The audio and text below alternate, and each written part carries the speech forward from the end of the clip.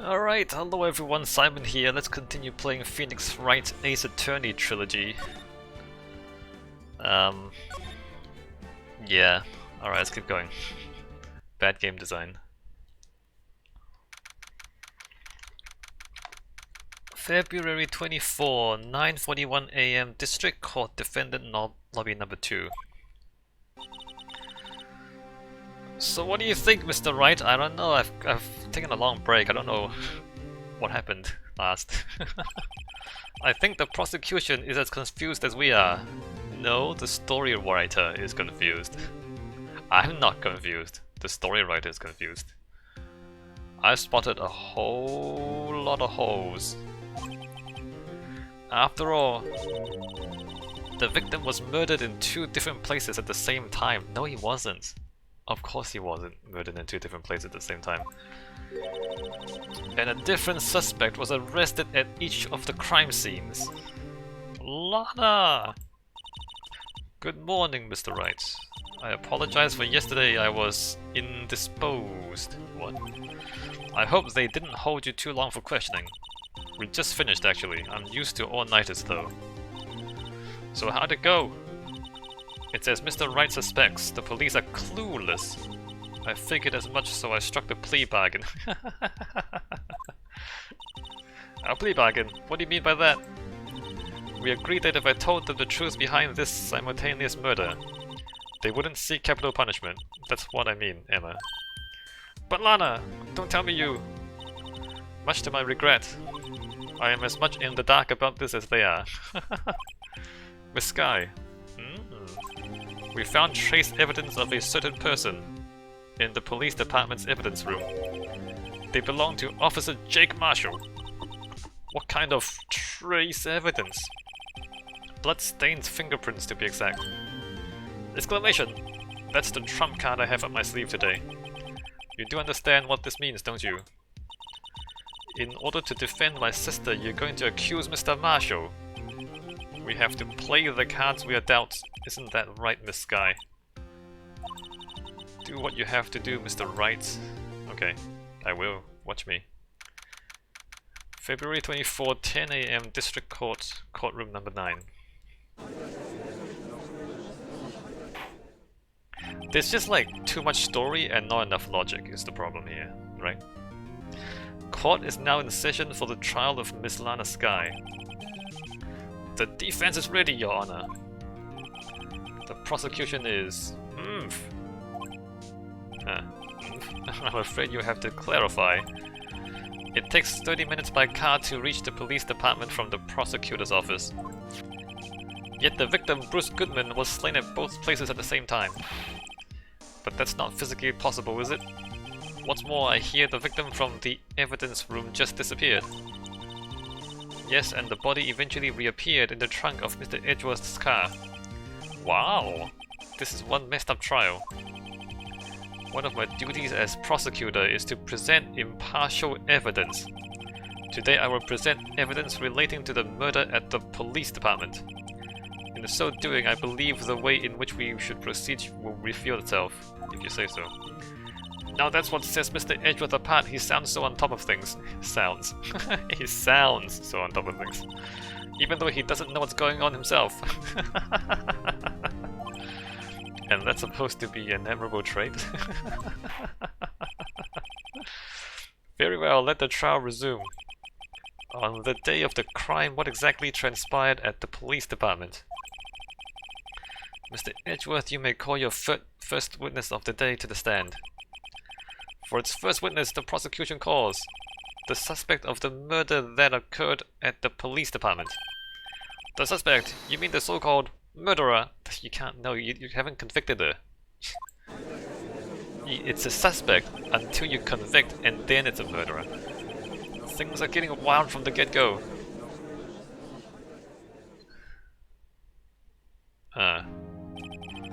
Would the witness please state his name and occupation?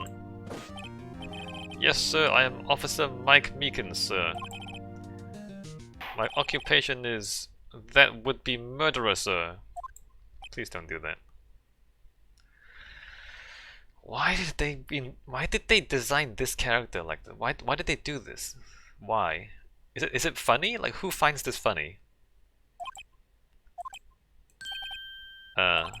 So you're telling us you're a professional killer? Sir, it was me, sir. I'm the one who did it. Not, like, who? Why? Like, who? Is this funny? It's not, right? I'll never kill anyone again, sir. You've got to believe me, sir. That's not what he asked. Actually, what we'd like to hear from you is, sir, what you would call part of the younger generation, sir. A person whose actions adults can't possibly comprehend. Is that supposed to be funny? Please, Mr. Edgeworth, sir, help me, sir. Officer Meekins! Yes, sir. Give us your report of the crime. Consider that an order. Yes, sir, as you wish. After all, I am part of a generation that must be told what to do, sir. Is that a joke? You can't fault him for a lack of enthusiasm. Crime report, sir. Although it's not my normal duty, I was assigned to guard the evidence room that day. The evidence room. I spotted a suspicious man on the security screen and rushed into the room. I was only doing what I was trained to do, sir. I was suddenly attacked. I fought for my life. Then I did it. After that, I passed out until another officer smacked me awake. So the victim, Detective Goodman, attacked you. Do unto others before they do unto you. That's the Meekins family motto, sir. I see, then you fainted and a colleague helped you regain consciousness. Yes, sir, he knocked me upside the head, sir. Very well. The defense may begin its cross-examination. What I need here is more info to work with.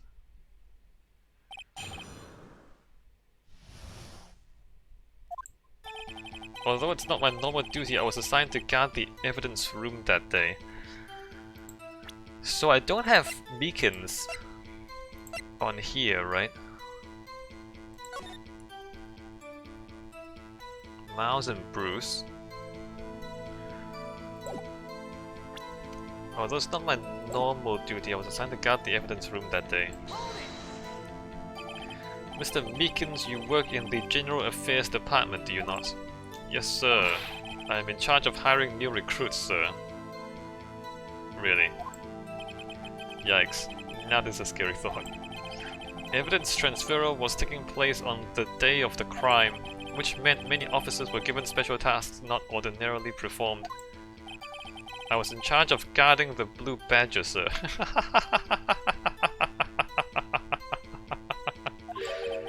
The Blue Badger? Yes, sir. The lovely police mascot created by the Chief of Detectives, sir. I was to ensure it wasn't broken during the transferal process.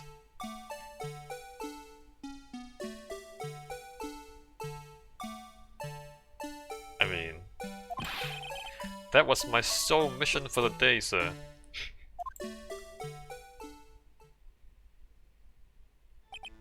I see. Sounds like a very important mission.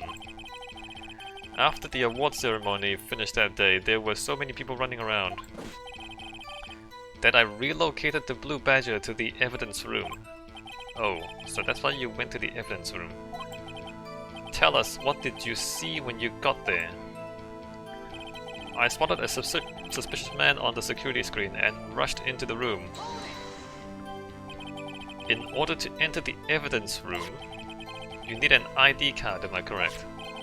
Precisely, sir. I have one right here around my neck. So then, your ID number should be listed on here, right?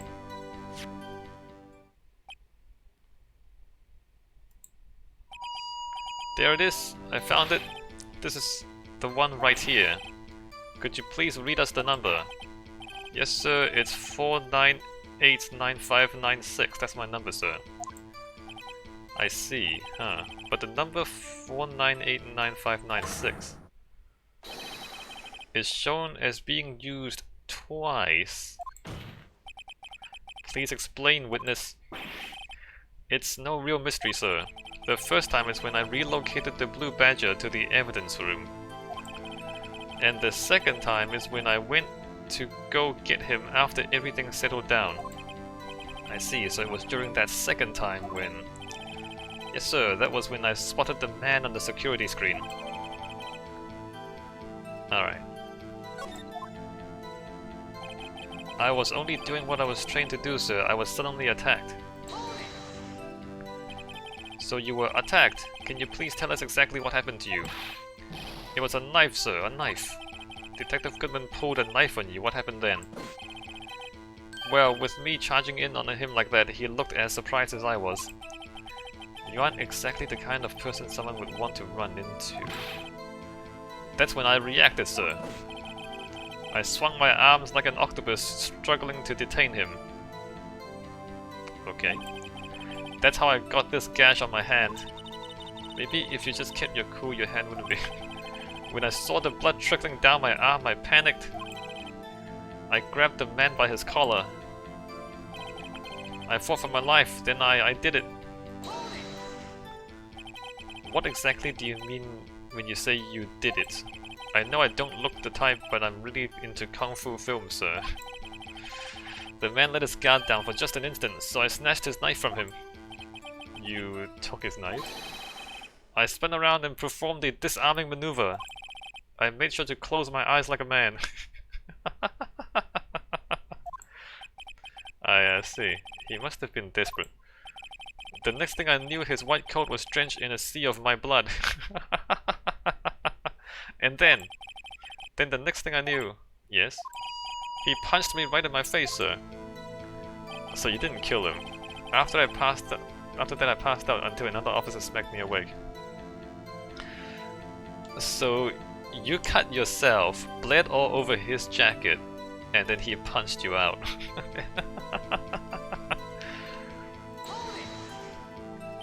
About what time did you regain consciousness? No offense, sir, but how am I supposed to know that? I was unconscious. Oh, right.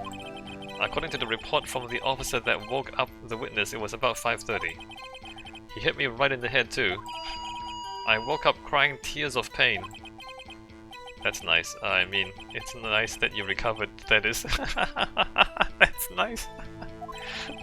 When I came around though, I made sure to finish my mission, sir. Your mission?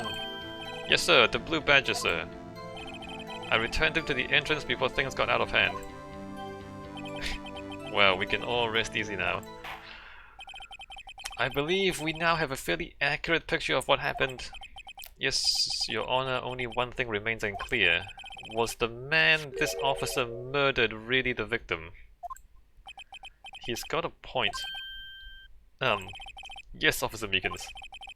With regard to that, sir, take a look at this. It was sent to my jail cell. It was sent to your jail cell? See, this is like bad game design. It's like they are introducing evidence on you in the trial. Why? It's like none of the stuff you do actually matters because all the pivotal stuff, they just hand it to you during the trial. I don't agree with this design. I really don't. Chief Gant delivered it to me just this morning, sir. It's not like you're finding stuff out. It's not like you're proving anything. It's like other people just hand you stuff. The chief delivered it? What is that? A videotape? Yes, sir. That's absolutely right, sir. A videotape, sir. It contains footage from the security camera in the evidence room. What? But I specifically asked if there was such a tape, and was told it had been mistakenly erased. That's quite a mistake. I just do what I'm told, sir. It's the only thing I'm really good at. Looks like communication with the police department is as good as ever. Well then, let's have a look. Show us the video of you murdering the victim. Oh, please stop using that word murder, sir. No, you use it. It scares me. A video of a real murder. Just what are we getting ourselves into?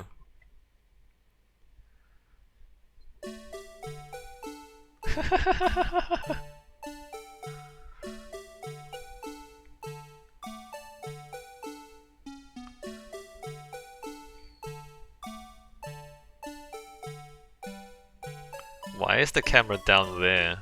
Why is the camera at like chest height?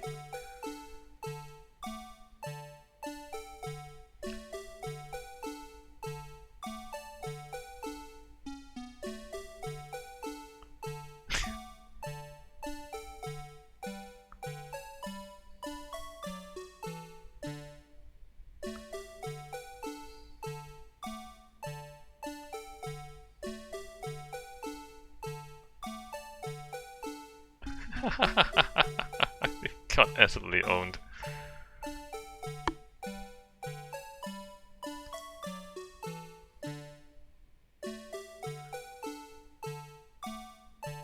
Meekins got owned. Wait, where did he go?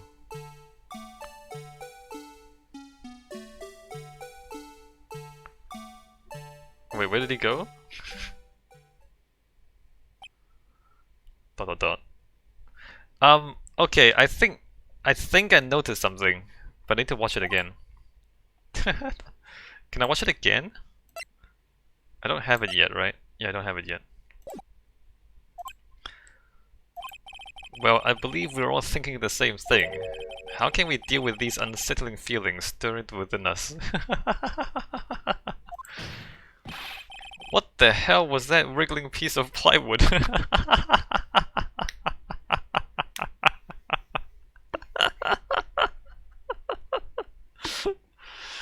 Yeah, I mean, what an atrocity, am I right? Sir, that is the pride and joy of the entire Criminal Affairs Department, sir. It's the Blue Badger, sir! Why am I not surprised this isn't going smoothly? Security video added to the court record. Yes, well, anyway. Hold on, can I watch it? Check. Oh yeah, you can see it. So you'll notice that at the very left-hand side, see the locker? There isn't a thing sticking out. So the white crumpled white piece of cloth sticking out is the jacket. He dropped a piece of paper there, also. Like you see, at the very end of the locker, this is what's his name? Marshall's locker. And only Marshall can open it because of the fingerprints. Okay, so there's blood on the jacket there. And you see there's nothing there. And then here we go back, we don't see anyone. He's probably like hiding behind the badger, or he's kind of ducking underneath the camera. And then there's the white cloth there. Alright, and then it loops. So, yeah, somebody put the bloodstained jacket into the locker. And it's probably Marshall, because Marshall is the only one who can open it, because it's all fingerprint locked. Yes, well, anyway. This tape seems to prove that the witness did indeed encounter someone in the evidence room, and some sort of activity did take place. Your Honor, instead of relying on clearly incomplete footage, the witness's testimony will suffice. Is that alright with you, Officer Meekins? Yes, sir, as you wish, sir. Alright, mystery man. His face can't be clearly seen in the video, but there is no question that the other person was Detective Goodman, sir. I mean, he opened the locker, which required Detective Goodman's fingerprint to do.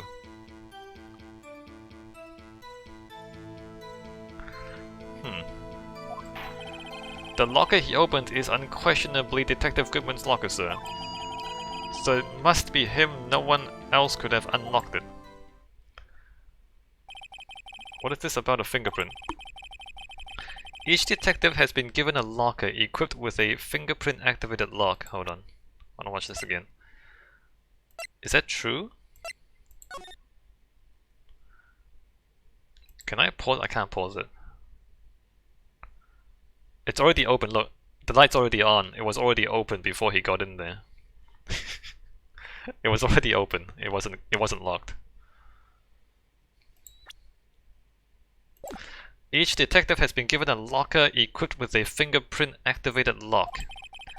These locks ensure that each locker can only be opened by the detective it belongs to. Intriguing! That would mean the victim at the crime scene would have to have been Detective Goodman. Very well, the defense may begin its cross-examination. I don't know where this cross-examination will lead, but everything begins with contradictions. That's where I have to start. Mystery Man. His face can't be clearly seen on the video, but there's no question that the other person was Detective Goodman, sir. I mean, he opened the locker which required Detective Goodman's fingerprints to do. No.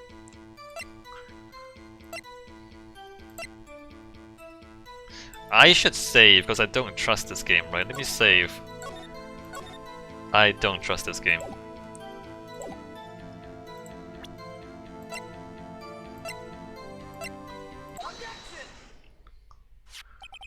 Regarding the video contained on this videotape, there is one thing in particular that seems rather strange. No, there's two things. There's two things. Strange?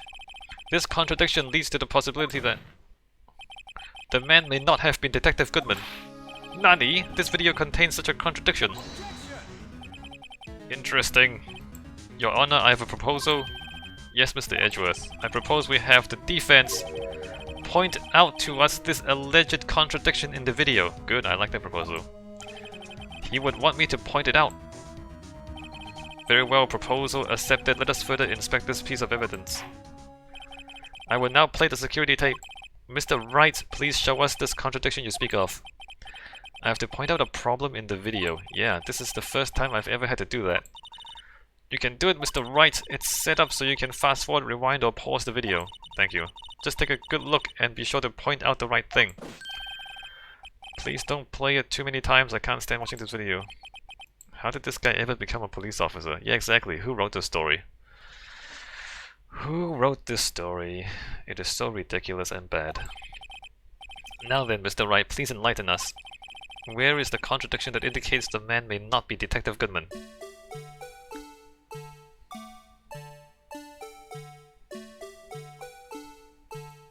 Pause. There. The thing that's strange about this video has got to be this. Officer Meekins. Sir, do you mean me, sir?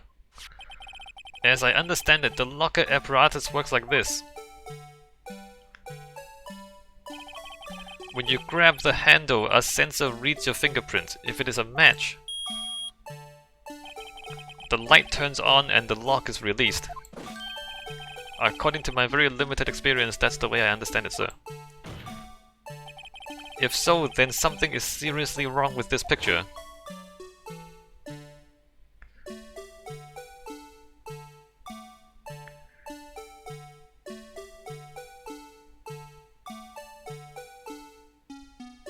Why are we playing through all this?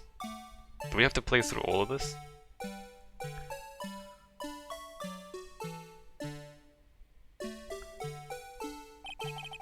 When the victim reaches for the handle to open the locker, let's rewind to a little earlier. Why do we need to do it so slowly? Why do we need to do it so slowly? We're not that stupid, come on, game developers. We're not that stupid. Here, notice the light. Yeah, I noticed it like 2 minutes ago. What's this? It's already lit! Precisely my point, Your Honor. The locker was already open before the victim grabbed the handle. Ah!